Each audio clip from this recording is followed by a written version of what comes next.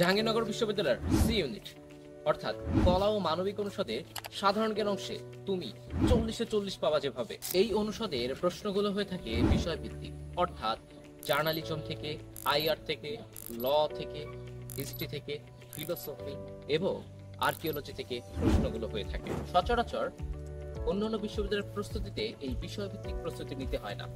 তো এখন প্রশ্ন থাকতে পারে, ভাই এই বিষয়ভিত্তিক প্রস্তুতি কোথা থেকে নিব, কিভাবে নিব, কোথায় একদম গুছিয়ে পাবো?